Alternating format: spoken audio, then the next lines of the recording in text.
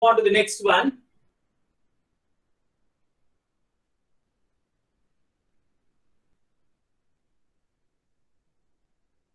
Method overriding. Method overriding, or you can just for your understanding, you should not use this word. For your understanding, I am telling overwriting. See, I have one document. Suppose you take your normal notepad. I'll take normal notepad. There are some contents in it. I paste something. What happens? The previous content is overwritten. The same concept here. The same concept here. So now the question is, my base class is having some function. My base class is having some function. Okay. Now, my derived class extends here. It is a derived class. I am writing the same function.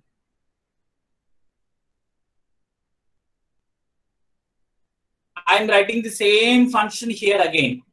So now what we said in inheritance concept, this will be derived here. This will come here. Now, if I write the same function here, same method here, what happens? Everything must be same. Okay, this will be overwritten by this one, and this will only be present in the derived class. This will not be there. This will only be there.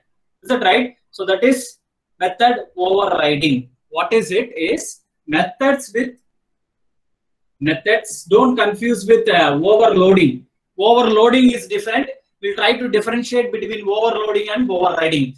Overloading is different and overriding is different. So what is overriding is methods with same signature. Signature means this first line, method header, or it is also called as header. This is called method header. So that header must be same. It should not change. Method overloading, what we are saying, they should change. There should be any change. Name must be same, but rest of the things should change. But here, nothing should change. Everything must be same as it is. So methods with same signature defined in the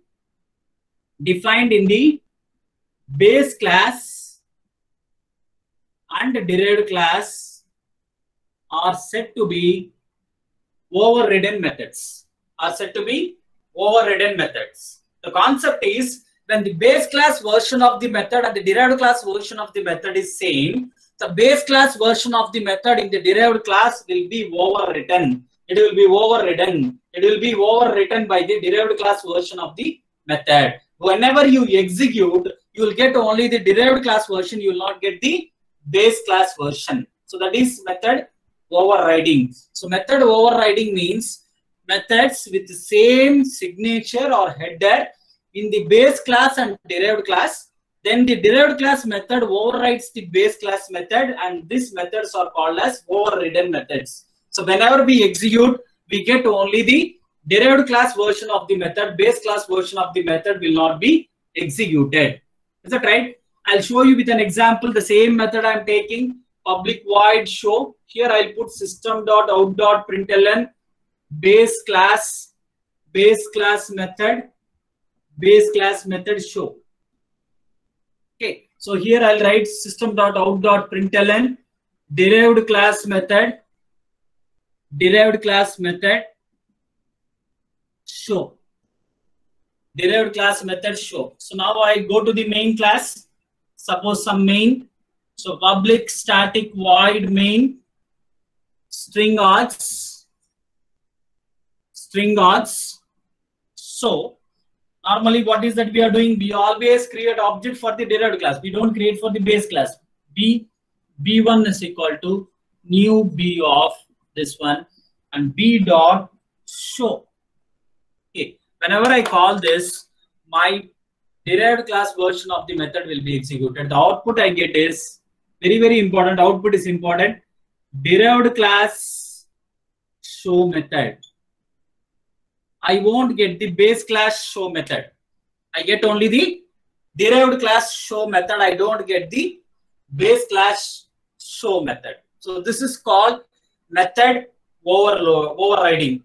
So in method overriding, methods with same signature defined in the base class and derived class. So the derived class will acquire the base class version of the method.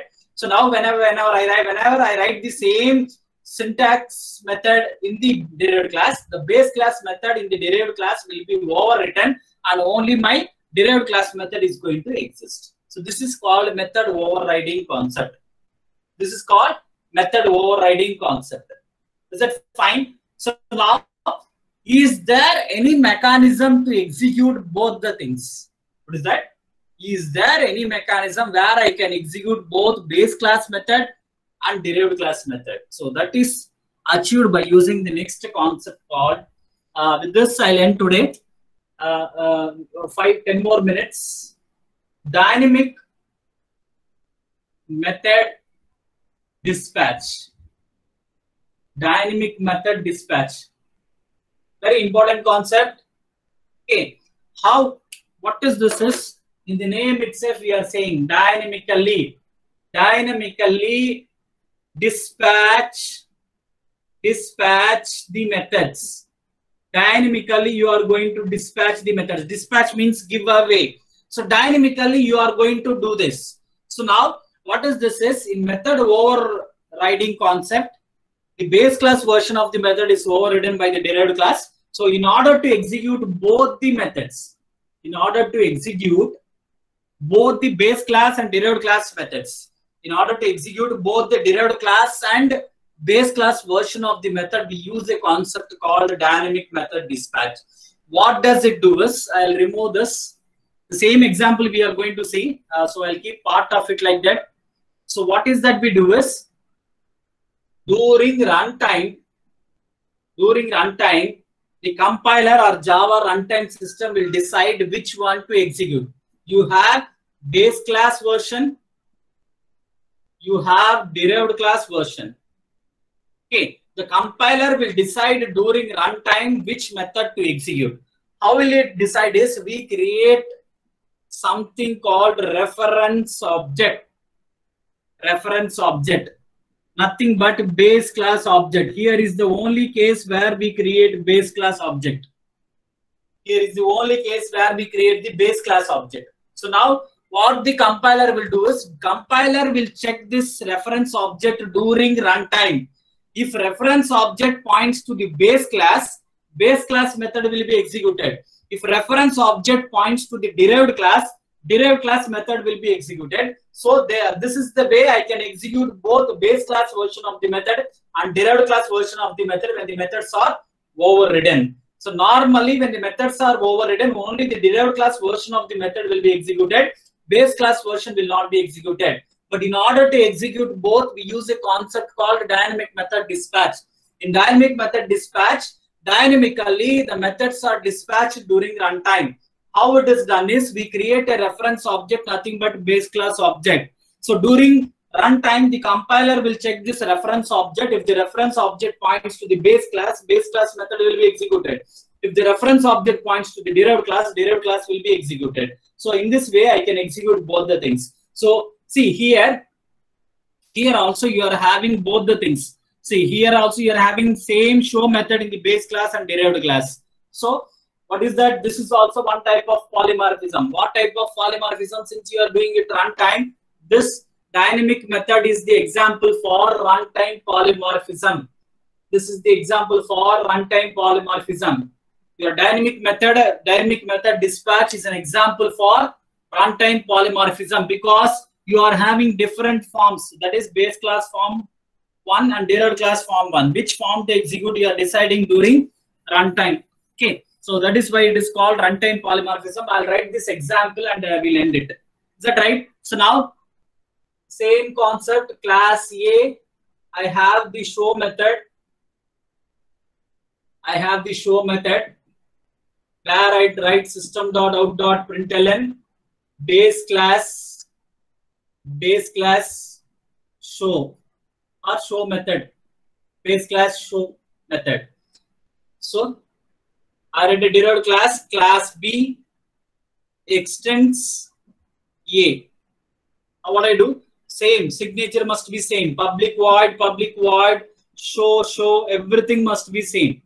So now I say system.out.println derived class show method.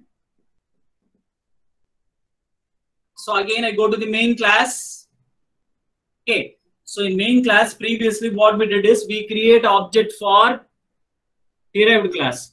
Now we create a reference object. See, normally why we are creating a reference object as base class only because base class is the parent class. So parent class can refer child as well as the parent class can refer itself. But a child cannot never refer a parent class. So I'll so that's why what we are doing is we are using the base class as the reference object. So A1 or I'll create it as REF is the reference object. You want, you can create object or you need not do like this also. So whenever I say ref dot show. Okay. So now next I create object for base class.